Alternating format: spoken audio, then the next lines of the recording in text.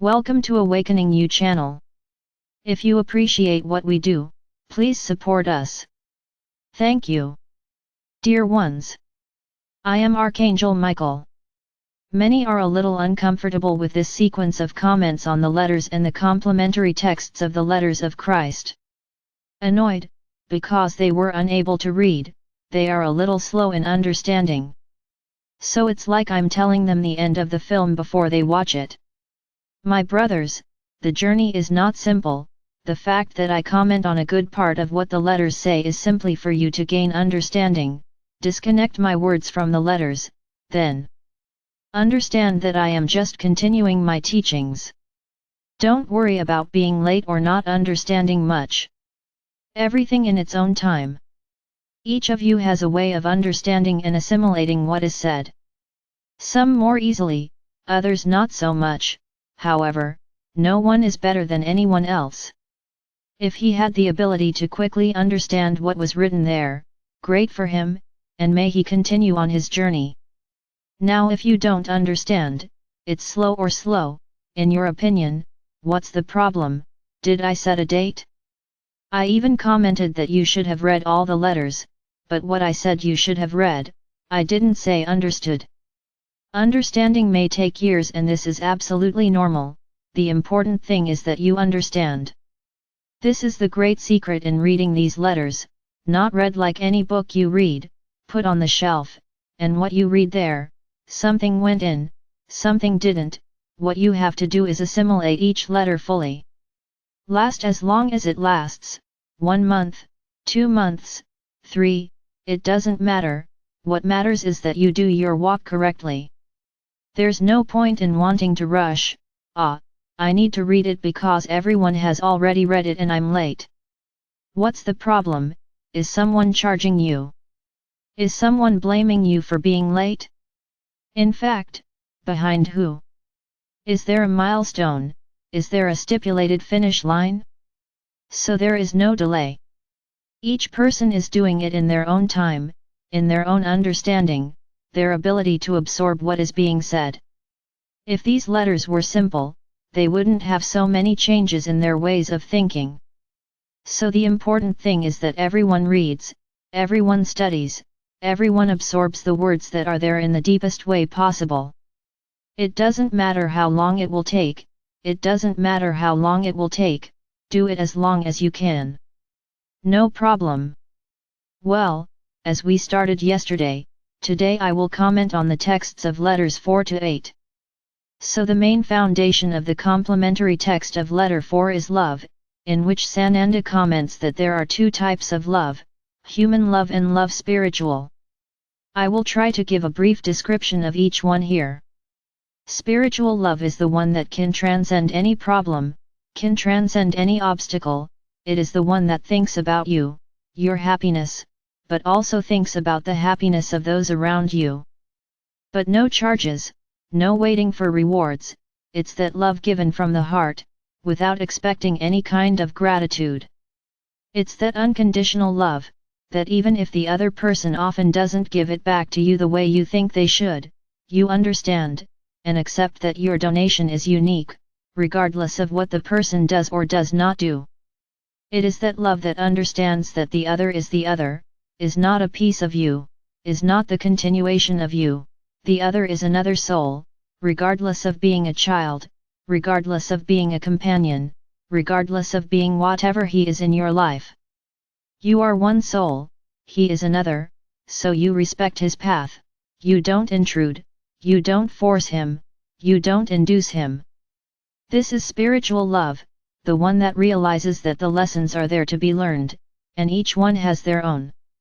That is not by preventing the other person from going through a problem, that you will be helping them, because many times you will be preventing them from fulfilling that mission, from understanding that mission, because you interfered. So it's accepting that you can give good advice, that you can show the good path and the bad path. But let the person choose the path they want, even if it's the most painful one for you, it's the one you're sure they're going to get hurt on, but it's their journey, they need to get hurt to grow, to evolve, to learn and really agree with you that that path would lead you nowhere. So this is spiritual love, the one that transcends any obstacle. You simply love, you don't demand anything in return. Understand that the other person has their own way and you have to respect it. Human love is one that does none of the things I said previously. He is the one who dominates, he is the one who demands, he is the one who demands, he is the one who is never satisfied. You always think that you love the other person more than the other person loves you. You always think that everything you do should receive greater recognition, that everything you do should be placed in a window or placed on a poster for everyone to see, so that you feel valued. So actually when you expect a response, a thank you, you just want to keep your pride high. I did something good, I did something wonderful, and he's thanking me. And then your pride fills up. Who is speaking at this time? It's not your soul, it's your ego, which is important to you for that person to praise you, to say that what you did was good. Then your ego becomes inflated, you feel wonderful, wonderful, because of what was said. So it's that dependent love, which depends on another to live, which depends on another to walk, which depends on another even to breathe. This is not spiritual love, this is the love of the ego in which one becomes small, one becomes submissive, one becomes inferior to have the attention of that other, supposedly demanding a love, which most of the time does not exist. So you cancel yourself out, you sink yourself, you cover yourself up to the world, only for the other person to feel sorry for you. Ah, if he feels sorry for me he will love me.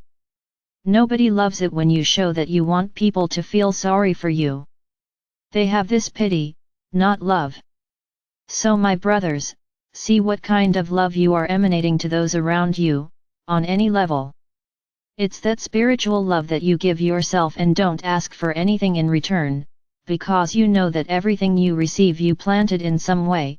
If the other person is being ungrateful to you and you are aware that you did something right, it is not you who has to suffer, it is not you who has to feel diminished, despised, or disregarded, the other is that you will have to deal with the universe, because you received something excellent and didn't know how to value it. So the other person's path will be the problem, not yours. So my brothers, try to analyze intimately the type of love you have given, and always ask yourself that main question, do you love each other first? Because as long as you love others and forget to love yourself, you will not love anyone, you will be begging for the love of others, doing everything possible and impossible to make others love you, because in this way you think you will be rewarded. So the first step to get out of ego love, and go to spiritual love, is to love yourself first, to make yourself happy first, to make yourself powerful, first. Then yes, after that you will be ready to love each other without any demands. Because you are donating, the other person accepts if he wants, it's not your problem if he doesn't accept your love, it's his problem, and it's a problem that he will have to solve, not you. If he doesn't accept it, that's his problem, you're doing what you think is right. So think about it, what kind of love have you given to those around you? Very good. Regarding the text of letter 5, Sananda comments about you believing that there is something stronger, that you can really hold on to, you can believe that you have support there, a form of evolution. I have said and repeated to you for several days that you all have the divine spark. Explaining once again, this spark is a piece, it is a small unfolding of our Father or Mother God.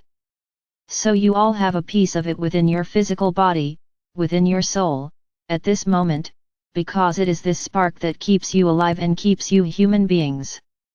How it keeps animals, how it keeps anything on this planet. Very good.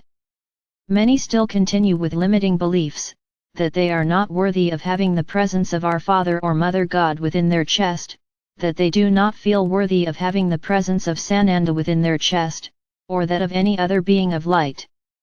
Because you are a sinner. As long as you think like this, really, all those beings of light that should be around you will be miles away because you are pushing them away. I already told you that you have a very important thing called free will, in which you do what you think is right. So we are all around the soul, or around this small piece of the soul that is incarnated. Very good. If you are people who believe in divine power, who believe that there is something greater that can make you completely happy, who believe that it is worth walking always seeking the path of good and evolution, these thoughts all attract and emanate light. And by emanating light, you attract us, your light attracts our light, and then we will come closer and closer to you, helping you, giving you intuitions, giving you inspiration. But that connection, that coupling to walk together all the time, you need to give us permission for that, so that we can even intervene in your journey. It's as if you gave us, as you like to say, carte blanche, to do whatever we want, and whatever is best for you. But for this you have to allow this to happen, you have to simply believe that all the light that is around you, and which is also the fruit of the divine spark, has the capacity to attract into your life and into your path whatever is of better for you, that which was determined on that path of the soul, on that road that was traced at the moment of its incarnation. So when you open up and give us this role, your life takes a new direction, because you emanate light, you attract us, and we always give you back situations that make you get closer and closer to your path and evolve. Now if you think that everything that happens, including the bad, is our fault, every time you think that we move away, to show you that it is not our fault, that's your fault, you attracted that problem into your life. Because we would never bring something into your lives that wasn't good, this explains when you make a request and are not answered. Then you start blaspheming that we don't love you, that you're a poor thing, that nothing you ask for, you get. It just wasn't for your path, it wasn't good for you, so it wasn't attended to. Can you notice this? Many times you can, but in the vast majority you don't. So be sure that you have many beings of light around you, but to effectively have their help, you have to give this power to them and emanate light more and more. Because as long as you emanate low vibrational feelings and actions, they stay away, and those actions that would take you to that happy and elevated soul path will not happen. So vibrate high, vibrate in the light, so that we can get closer, and above all, give us permission so that we can manipulate your life, so that you grow more and more, no matter how much you think it will lead to nothing. Now talking about the text of letter 7, Sananda explains to you about the strength of the consciousness you have. As already explained, everything is made up of particles that, through electromagnetism, create things and situations. So many still don't understand, when we talk here, that the balance of their bodies is the key to everything. You are in a stressful world, a world that is demanding professionally and dangerous in terms of life. So those bad vibes, they're everywhere. Those people who today are isolated at home, who don't watch television, who hardly talk to people abroad, who are always shouting, who manage to remain balanced, who participate in countless spiritual experiences. Great, this is wonderful. Just realize that your surroundings are perfect, you don't have anyone telling you bad things all day long, you don't have friends around you saying the same thing all day long, you don't have a grumpy boss who is telling you demanding work, all the time, you don't have deadlines to meet, you don't have duties to perform, you don't have the hassle of having to fire someone, or simply get their attention. In other words, your world is wonderful. It's the world you all wanted. I will tell you that you are now reaping everything you sowed. You are at home today, able to prepare yourself because you planted this. Good for you, keep enjoying your calm moments. But the vast majority, of those who are not awake, I won't even say anything, but the vast majority of awakened people go through everything I said and a little more, throughout the day. So you have to, what we always say here, you have to be loud all day, you have to only think about good things. Then someone always arrives to tell you about a complicated situation, then, in a little while, someone else will arrive to tell you about a problem, soon someone else will arrive to ask you something absurd, which you know you won't be able to do, but he asks, and even says, I trust you will do it. In other words, that balance of yours, that you left home in the morning, put on your violet clothes, that balance of yours starts to break down, starts to go away, because you have a whole means to support it. And I tell you this, the more evolved, the more enlightened you are, the more problems will come in front of you, because the great objective around you is to take away your balance, to lower your guard, to take away this stronghold that he has. So people are induced to tease you, to poke you, to say rude things to you, so that you get out of your balanced state. Then many may ask, what do I do at this time? I would say that something quick and extremely powerful is for you to shout, I am light, 3 times, not shouting in your own way of speaking, but shouting in your brain with great conviction. Because this phrase has immense power and is said 3 times in a moment of distress, it has the power to restore your energy, it has the power to put you in balance again. So realize that you will say this thousands of times during the day, but it is the only way, my brothers, that you have to live with the environment. Or will you also isolate yourself at home, stop working, and what will you live off? Will you live on light? No, it is not the time yet, you are not evolved for this.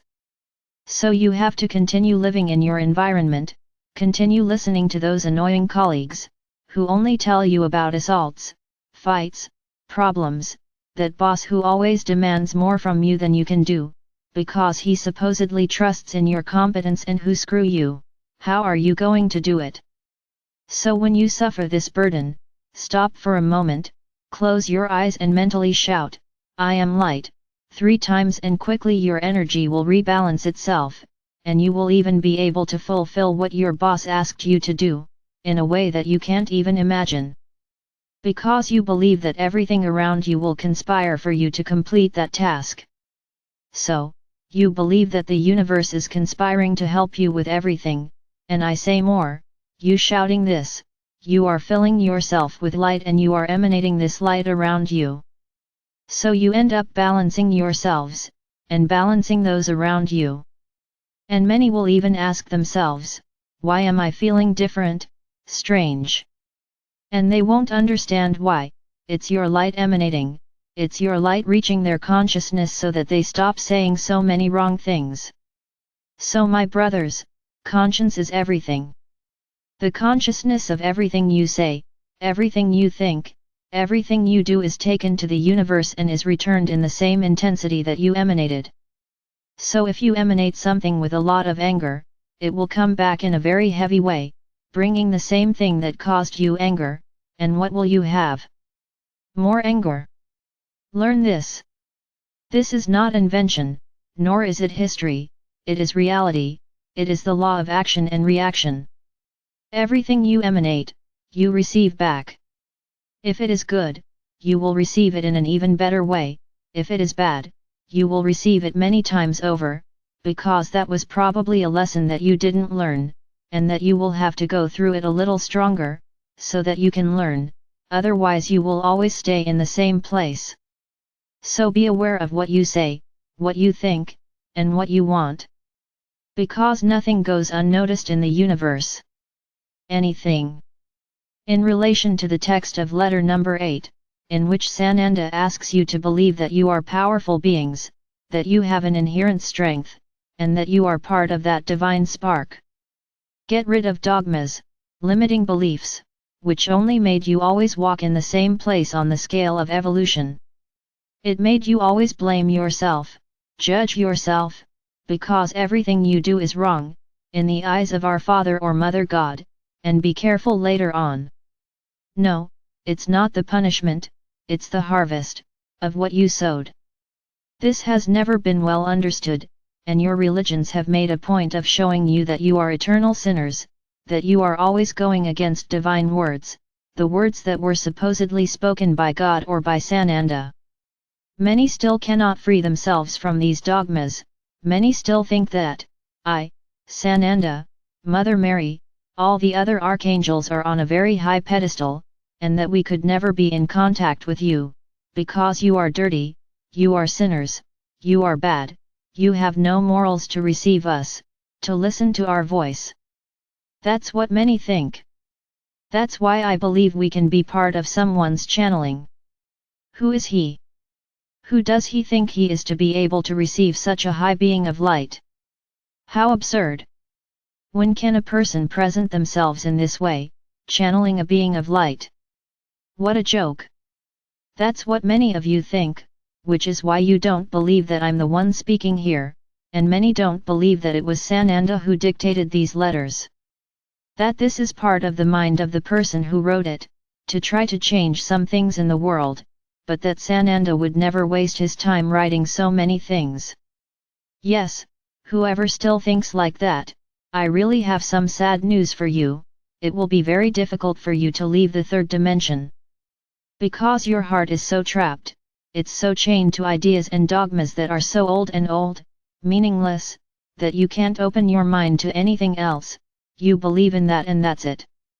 So continue with your heart and your mind, chained to your time, you are wasting your time here, because this is a place for people with open minds, not people with minds that are chained or tied to dogmas and limiting beliefs. If you want to continue with your beliefs, fine, continue, I respect your opinion. Later you will regret it. But it's your decision, you will reap what you sow now. For those who realize that everything that is said has meaning, that everything that Sananda said has strength, they are making a superhuman effort, often, to believe everything that is said, to realize how much they have been deceived. How much they believed in things that had nothing to do with what our Father or Mother God and Sananda intended for humanity. Everything was distorted, everything was modified at the pleasure of men, so that they could continue imposing their power.